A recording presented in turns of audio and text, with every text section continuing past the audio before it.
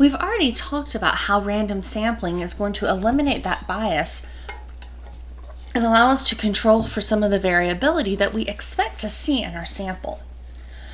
But we will often see in studies randomly selected and margin of error, and most people will automatically assume that that means that the results of the study can be extended to the population.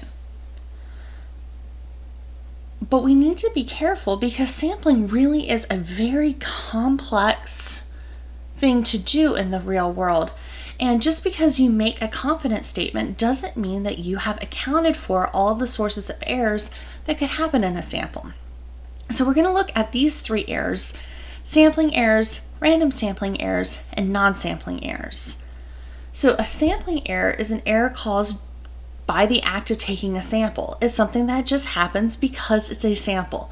These are not inherently bad things. It just means that the results of a sample are just going to be a little bit different from the results of the entire population.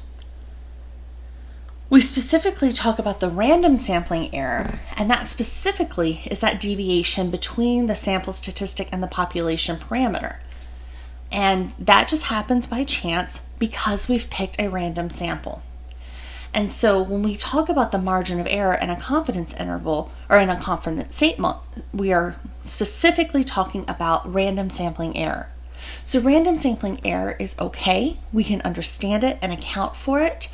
And it simply occurs because we've used a sample instead of the entire census. The thing that we need to be more cautious of are these non-sampling errors.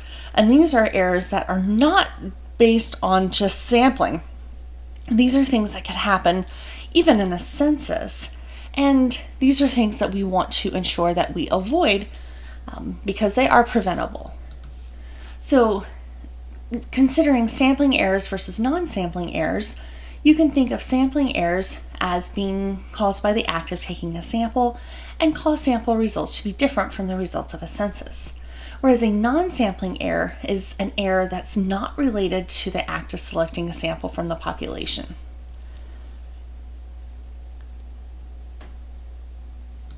Your sampling errors, this random sampling error is fine, whereas a bad sampling method, that would be problematic, and it is a sampling error because it's based on that sample, but it's by doing something that's not a random sample, like a convenience or a volunteer response sample, or if we have an incomplete sampling frame where we don't include everybody in the population when we are selecting our sample. And that's going to cause this idea of undercoverage, where certain groups of the population are going to be left out. And you can think of undercoverage with this example of this man who's living off the grid. He'll never get a request to be in a sample because there's no way to reach him, but he still has an opinion that's reflective of the entire population. Now, these non-sampling errors are things like processing errors, where the arithmetic or data entry, there was a mistake, or a poorly worded question. Maybe the question was slanted to favor one response over the other. We saw in the case study that even within the same poll with the same people, asking a question a little bit differently can elicit a different response. We also might have response errors where the individuals in the survey may give an incorrect statement, whether it's lying, bad memory, or some other reason, but something about their response is incorrect. And then you have this non-response error, and that's when you simply cannot get a response from a particular individual who was supposed to be in the sample.